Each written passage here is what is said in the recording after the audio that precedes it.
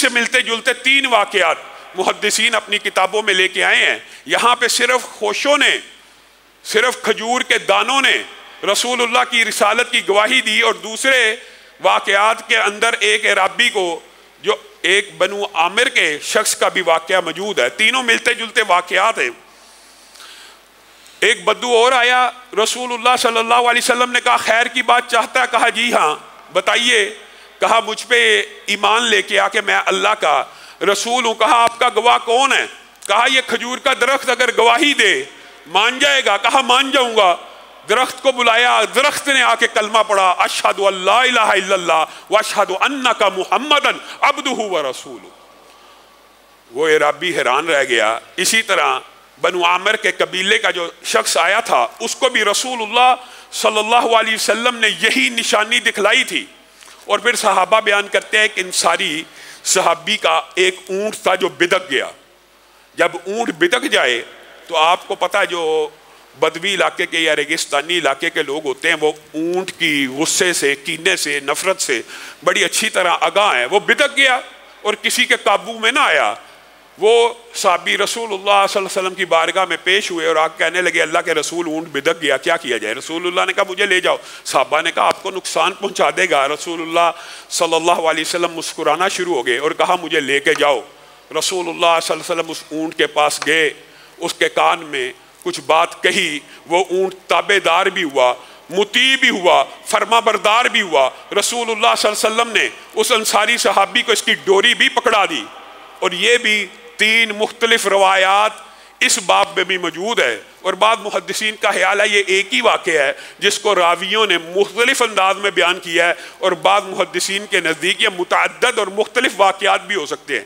اسی سے ملتا جلتا ایک واقعہ، رسول اللہ صلی اللہ علیہ وسلم کی بارگاہ میں ایک صحابی نے جب اونٹ کی شکایت کی، رسول اللہ صلی اللہ علیہ وسلم نے اس سے بات کی تو اس نے کہا میں جب جوان تھا اور تندرست تھا اس کا مال ڈھوتا رہا، اس کی خدمت کرتا رہا، اس کے لیے محنت مزدوری کرتا رہا۔ اب میں بوڑھا ہو گیا ہوں، میرے سے اتنا کام نہیں ہوتا، اور جب میرے سے اتنا کام نہیں ہوتا تو یہ چاہتا کہ مجھے ذبح کر دے۔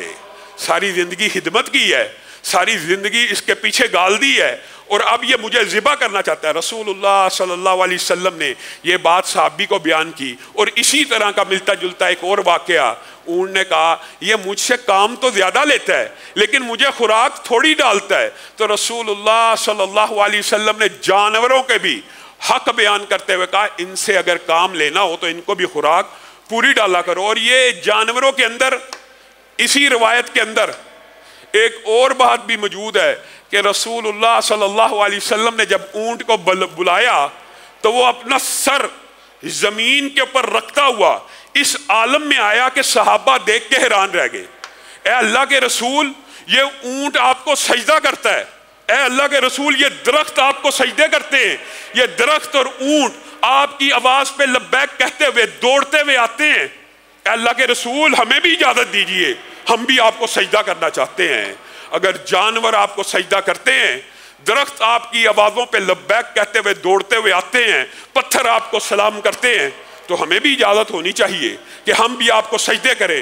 رسول اللہ صلی اللہ علیہ وسلم کی پیشانی پہ بل پڑ گئے، اور آپ نے صحابہ کو مخاطب ہو کے کہا یہ جانور ہیں، اور یہ جو تم دیکھتے ہو مفہوم یہ ہے، یہ تو تعظیم کے، عبادت کے سجدے نہیں ہیں۔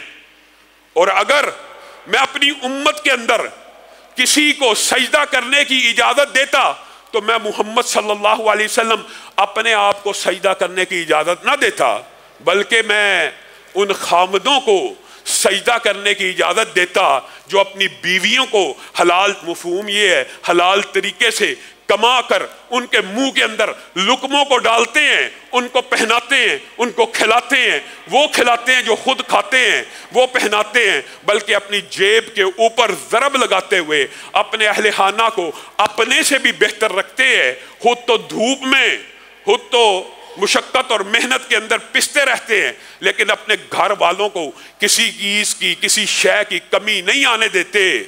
میں ان خامدوں کے بارے میں حکم دیتا کہ ان کی بیویاں ان کو سجدہ کریں، لیکن میری شریعت میں سجدے کی اجازت موجود نہیں ہے۔ میرے بھائیو اس حدیث کے اندر، یہ صحیح حدیث ہے، کتنے ابواب ہیں، کتنی باتیں ہیں، کتنی حکمتیں ہیں، کتنی دنائی کی باتیں ہیں جو پوشیدہ ہیں، لیکن ہم یہ بات تو سنی ہے، متعدد مرتبہ سنی ہے.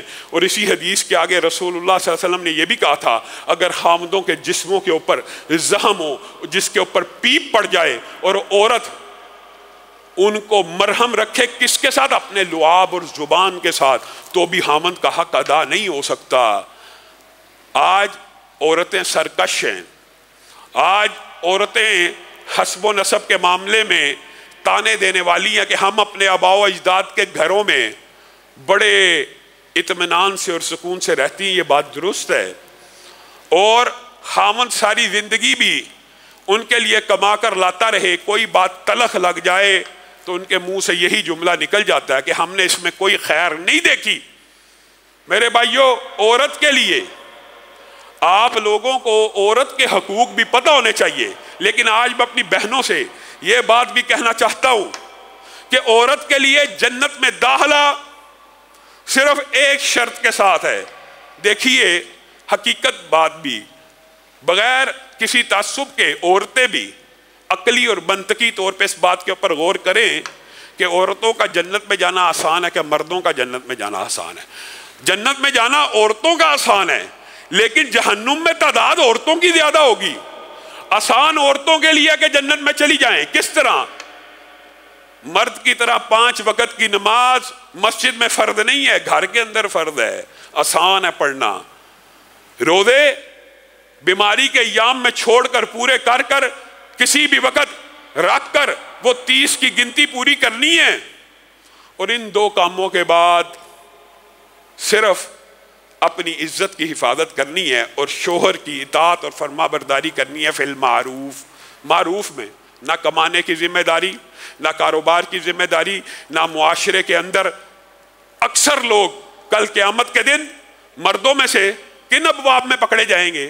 سب سے سخت آنکڑا پل صراط کے اوپر کون سا ہے؟ خیانت کا.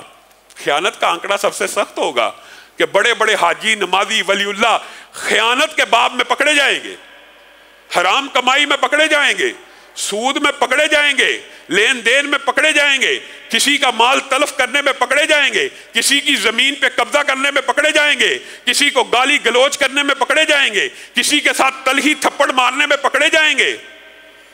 عورتوں کے لیے یہ ابواب ہیں؟ ایمانداری سے بتائیے. نہیں.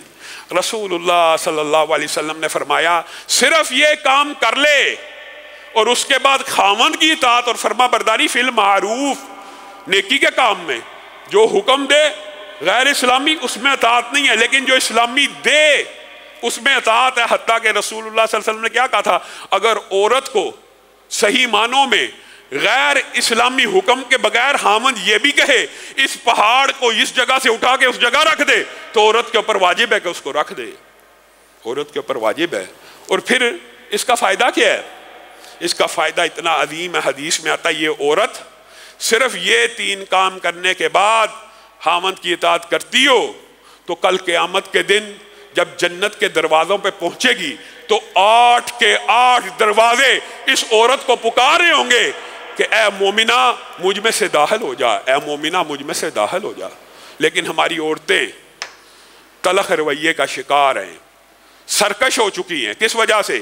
اس کے اندر بھی معاشرے کے اندر جو پھیلی ہوئی افراط و تفریط ہے، فیمنزم کے نعرے ہیں، عورت کے حقوق کے جھنڈے ہیں، عورت کو بے پردہ کرنے کی سازشیں ہیں، عورت کو بے حیا کرنے کی تحریکیں ہیں، عورت مارچ کے دل فریب نعرے ہیں.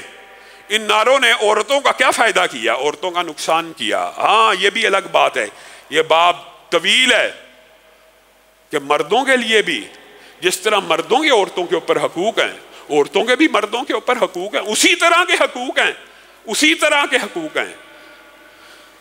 لیکن بات بالعموم منبر و محراب سے عورتوں کے حقوق کی تو بہت کی جاتی ہے، مردوں کے حق بیان نہیں کیے جاتے، جس کی وجہ سے معاشرہ افراط و تفرید کا شکار ہے. تو رسول اللہ صلی اللہ علیہ وسلم نے ایک تو ضرب لگائی خاوند کے حق کے اوپر، مرد کے حق کے اوپر عورتوں کو، تاکہ بات سمجھ آ جائے. اور دوسری ضرب کس چیز کے اوپر لگائی؟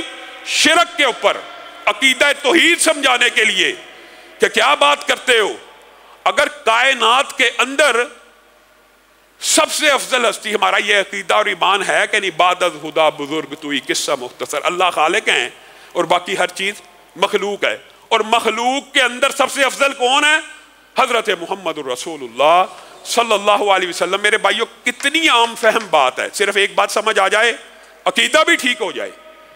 ایک حدیث کے اندر اتنے ابواب ہیں، کیونکہ رسول اللہ کو جامع کلمات دیے گئے، رسول اللہ جو بات کرتے ہیں ان میں سے بے شمار باتیں نکلتی ہیں۔ یہاں پہ رسول اللہ نے کتنی مختصر بات کی ہے اور کتنا گہرا معنی پوشیدہ ہے کہ میں محمد صلی اللہ علیہ وسلم اپنے آپ کو بھی سجدے کی اجازت نہیں دیتا۔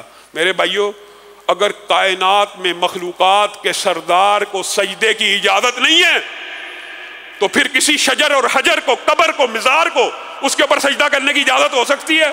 یہ کس قسم کی جہالت ہے، یہ کس قسم کا فلسفہ معاشرے میں ہے؟